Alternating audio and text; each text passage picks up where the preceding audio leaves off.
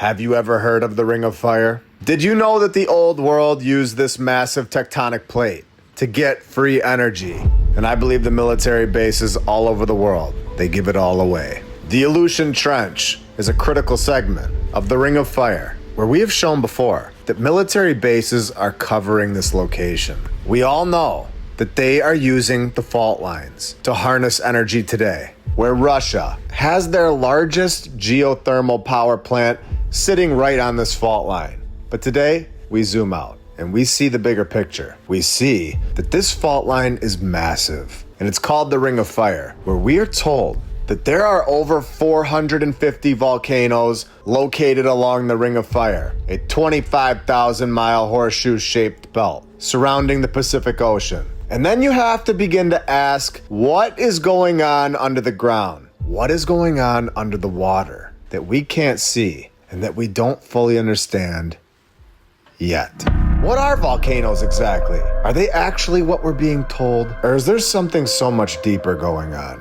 Why is there a military camp, the Naval Air Force Adduct, sitting right next to Mount Kanega? This is the same facility that we just talked about in episode 131. Why is there a military camp sitting right next to Hawaii's Volcano National Park, where KMC sits right next to one of the most active volcanoes in the world? What is going on under the ground in this location? And I've taken this even further. I was able to pull up the KML files of all active volcanoes and active military bases. And it's time for everybody to see exactly what's going on. We're ISC Kodiak, Coast Guard Base, Alaska. Zooming out here, right on the Ring of Fire. It's not located next to just one or two volcanoes. This place is literally sitting right next to like 30 active volcanoes. So we have to ask, what is Kodiak Island really? Where just like we've talked about, these military locations are all self-sufficient. They all use renewable energy, natural energy. And I believe this is an old world site. An old world technology for sure that has been taken over. Kodiak Island, what are we told?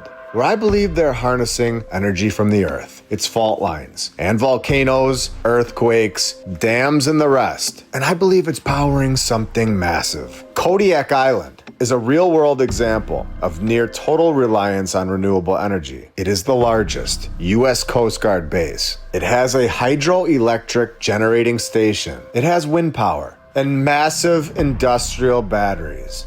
Really. And an island would for sure need all of these things, all for a quiet fishing hub, a Coast Guard presence, and a little ecological research. Off in the middle of nowhere, no it would not. This is insane. And obviously there's way more to this story and way more to this place. When we see that this island, again, has one of the largest Coast Guard bases all blocked off to the public. Just take a look at how many volcanoes are on this entire fault line by Alaska. We already know there are military bases all stationed right here. We just covered this in our last episode. And I have to ask, who would set up this many military sites right next to active volcanoes? Would you build your house right next to all of these volcanoes? Thinking logically, there has to be something else going on here. I'm gonna zoom out here so you can see the entire Ring of Fire and how there are hundreds of volcanoes all along this fault line, all the way down to the bottom here. I believe it's a massive free energy fault line. And I do believe that they know exactly how to harness this energy. And I'm not so sure it's random. It connects all of this land together as if it's some sort of grid. The old world didn't do this on purpose, did they? They didn't power the entire world for free. The old world wasn't that powerful, or were they? Did they create a massive power line and connect all of it to something that is no longer there? Could volcanoes simply just be energy outlets for the energy to be released from these power grid fault lines? We are just getting started today. Welcome to episode 132 of my lunch break. I hope you're all having a great day, and if you're new, welcome.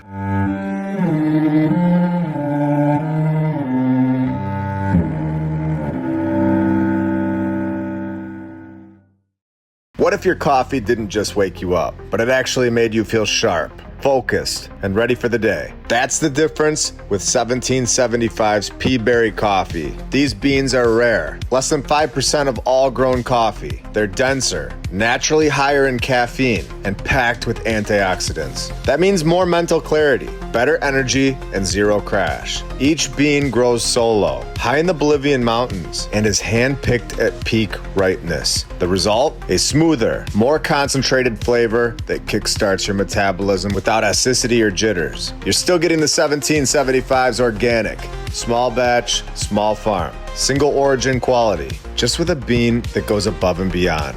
Go to 1775coffee.com/lunchbreak and get 15% off right now. This is coffee that actually earned its place in your morning. I want to thank all of our sponsors over on Patreon. Thank you to FlatEarthDave.com. You can check out his app, the Flat Earth, Sun, Moon, and Zodiac app. I'll put the link right in the description. And you can use my referral code, MLB. If you click the Tartaria button, you'll see the My Lunch Break playlist right here. The app is awesome. Thank you to Rebecca Kay, David and Sherry Ferguson, Chuck Templeton, Joy Lee, Stephanie Nolan, the Burlesons, Suez KC, Edwin Rice, Charles Kruger, Dan Woodall, Dale, DJ Clicktrack, Jacob Law, Jim Ribley and Christine Duggan, Kyle Glasscock, PKTFnews.org, Ben Dries NL, Natalie Shippenoff, Melissa Edgar, Biggles, Clayton Lamar, Double Task Homestead, John Adams, Robert Zolins, The Arnolds, Attila Power, Forbidden Gecko Love, Justin Grobner Grubb, Leah Strong, Dakota Dunn, EdgarT-shirts.com, Jason Hochberg, Marie C., Michael Dingu, Patriot Armory, Tom O'Hara, Michael D. Connor, C3SCOB, Jeffrey Temple, SonyaDane.com, James Alt, Bucksui, Jason Press, Suki Warrior, We the People, Migs, Mark Chapman, Muji and DeClan, Ariana Oates, Nathan Burba, Ski, Beacon of Truth, Liberty's Arborist, Thomas Thorpe Peterson, Zinger Coffee and Tea, EvelynMcGregor.com, Emily Maryland, Curious Cat, Mike D, etc., Dan McGee, Lori Hedvig Johnson, Ellie Annie, Seth Craigo, Glenn Gunderson, Mousie's Mouse Cheese Records, Robert's Brain is Gone, Extreme Reality Check, Late for Dinner, Eolo Goncalves, Blake, Rick Tapke, William Richard Jeffries V, Dax Bilchek and Son, Dylan Mugenberg, Leonard Insalacro, Robert Petro, Katz Hill, Susie Q, Yark 143, Sven Eric, Carrie, Kitty Kitties, GOL, Pen Patriot, Doc Halo, Kenneth Putt, Brenna Fernandez, Paraduction, Henry's Mom, Necrodemonics, A&W Kerrigan, Tim Skin, Rod Wah, Sweetest of Peas, Corbin Mechanical, Buck, VKH Bonner, Breaking Bigfoot, Rydian and the Residuals, Road Warrior, Bruce Latour, Anna Marley and Nunzio, Codrenth, David and Irene, Al Pisano, Ivan Apoctoli, Ardra Rogers, Brazawayan, Armin Walker, Ivan Apoctoli, Papa One, Kinda Classy, Kinda Chola, Maybell, When He Set a Compass Upon the Face of the Depth, Laurel L. Burnett, Hoppy Johns, DJ Sofa King and Jen Hollywood, Summer Chambers, Russian Madness, Bill, Vince Moreno, Lucy, Shiba Shaba in the Darkness. You guys are all awesome and helping this channel out a lot. All of this is in my opinion, of course. This is becoming really interesting. Energy has to be released if it becomes too powerful. A great example of this in nature is simply boiling water on the stove. It releases pressure. This is the exact same concept. The Earth is full of energy, and these supposed fault lines are extremely powerful and have a massive amount of power inside them. I believe that all of these so-called volcanoes are the result of the power line, or as we're all told, fault line. These volcanoes are the release valve where the energy is being released. This is not random, that they are all along this cord-like layout. All of these volcanoes, in my opinion, they're just energy release bubbles of the power grid under the water. And it shows you how powerful this thing is if it can create volcanoes. And those are basically nothing in comparison to what's actually going on under the water. And I believe this explanation for volcanoes makes a lot more sense than what we're all told today. The mainstream explanation for volcanoes is that volcanoes are natural vents formed as tectonic plate boundaries caused by magma rising from the mantle, all due to pressure and shifts in the Earth's crust, where eruptions are viewed as random natural phenomena, not part of a controlled or intentional system, where I am not so sure they're as random as we are told. Where these military bases are located, I think they're giving it all away. I believe they know exactly what's going on in these locations, possibly tapping into this old world power line. And they understand when the release is coming, possibly because they are controlling it. A designed energy network that connects the entire world. Remember, they're not just putting military locations anywhere. It is all coordinated. There is a purpose, there's a plan, and there is a pattern. The old world showed us this. Teotihuacan sits at the base of a volcano. Free energy release, yet again. In Machu Picchu, built in a volcanic and tectonic region. Pompeii, it sits at the base of an active stratovolcano in Italy. It's not random. The Nazca lines, they're strategic and placed over seismic faults and subterranean water channels, an effort to align these geoglyphs with Earth's natural energy pathways. The old world obviously used this, and now the militaries all over the world are doing the exact same thing. But this time not sharing the energy with us. This place is incredible that we live, and we're not able to see how incredible it really is because we're blocked off. The truth is kept from us. These locations are all off limits to the public, and even if they opened it up, we would have no idea how to tap into it. Yet. Let's take a minute and thank all of our badge members. There's so many of you now. I'm so thankful for all of you, and I hope you all enjoy getting the early releases of the episodes. Thank you to all of our Patreons, and thank you to every single subscriber, and everybody who likes the episodes. I appreciate all of you. We have come such a long way since the beginning of this show. We have learned a lot of incredible things about this place that we all live. It's a great journey we're all on, and it's all because we've asked questions. And thank you again for subscribing. It's a lot of fun watching this community grow every single day. We are on YouTube, we're on Rumble, we're on X, Instagram, TikTok, and Spotify, if you're looking for even more content from us. I've recently been going back and rewatching all of the old episodes in order lately, and the progression is really crazy. Where we all started episode 1, until now, I never would have guessed all of this would have happened back then. But we had to start somewhere, and I'm glad we did. These military locations are hijacking the truth, and we know this now.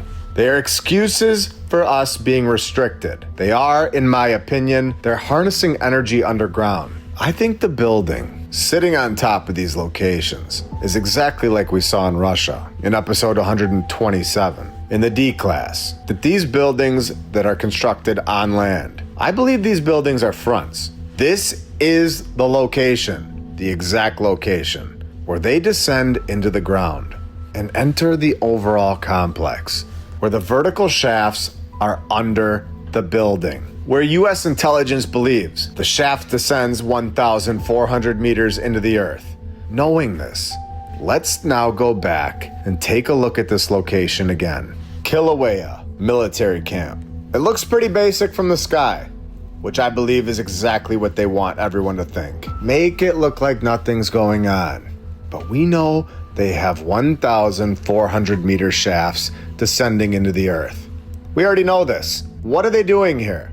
Just hanging out and playing checkers all day? Just walking around the park and playing basketball over here? Come on. There's so much more going on here, and we all know it. Sitting right next to Hawaii's #1 most active volcano. Saying you're just hanging out playing checkers and playing basketball, that's not working anymore. We are told that this place is just for the military to rest. It's all for relaxation. You gotta be kidding me. Could they be trying to hide this anymore? Oh yeah, nothing to see here. We're just sleeping all day long, just relaxing right next to the most active volcano in Hawaii. How peaceful. So peaceful, I can't even believe it. Knowing you could just melt from the lava at any second, I don't think I could find a more relaxing place in the whole world. Does anybody have a better vacation spot? Let me know in the comments. For me, it was between this place and a nice beach with an all-you-can-eat buffet. It was a tough call, I'm sure, choosing a relaxing place next to the most active volcano in Hawaii has to be one of the dumbest excuses we've ever heard to this point. Oh, and not only is it a relaxing place sitting on this volcano, but it also has another volcano right over here, and then another one over here, and then another one right over here. So I have to ask again, do you really think they're just sleeping here and getting some great sleep? Keeping this picture up, let's all remember what they tell us about volcanoes. They tell us that they erupt randomly. They are random natural phenomena, we are told, not part of a controlled or intentional system. So, let's pretend that that's true for a second. How are they so sure that these 4 massive volcanoes aren't going to just erupt and kill all of them at any random time? Are they controlled eruptions? Well, let's ask this question. When was the last time these things erupted? 2 of them have erupted within the last 3 years. The first one erupted in 2018 and destroyed 700 homes. Entire neighborhoods were wiped out. But the weirdest part about it all is that this military base, the relaxing one, is of course still here and perfectly fine. Still operational, and everybody there is all tucked in and there's no problems at all. It wasn't touched. This volcano, also right next to this place, has erupted 12 times since 1997, and it destroyed 700 plus homes, neighborhoods. How is this possible that not a single time, not one time, has an eruption from this volcano destroyed this military base? How is that possible? And they're not even worried about it. The only way that that's possible, in my opinion, is that it is a controlled eruption. And what's going on the surface of the ground, everything that we can see, this is nothing compared to what is under that mountain. Under the ground, just like we saw at Raven Rock, just like we saw in Russia and at the Cheyenne Mountain Complex. Underground military sites, underground military cities with buildings. We know they have them. It's not shocking anymore. And I believe this is what's going on here. And this is exactly why they can sit there and just relax. Because they already know that this is controlled. All of it. And it's not going to release the Earth's natural energy right on top of them. Again, we have to continue to ask if they're tapping into the Earth's extremely powerful energy sources and not sharing it with everybody else like it was originally meant to be. What are they using this power on? You don't just build million-watt energy systems just to charge a flashlight. You build it when you're trying to replace the surface, when you're trying to run something below it, or maybe when you're trying to open something that you know is there but can't explain to the entire world.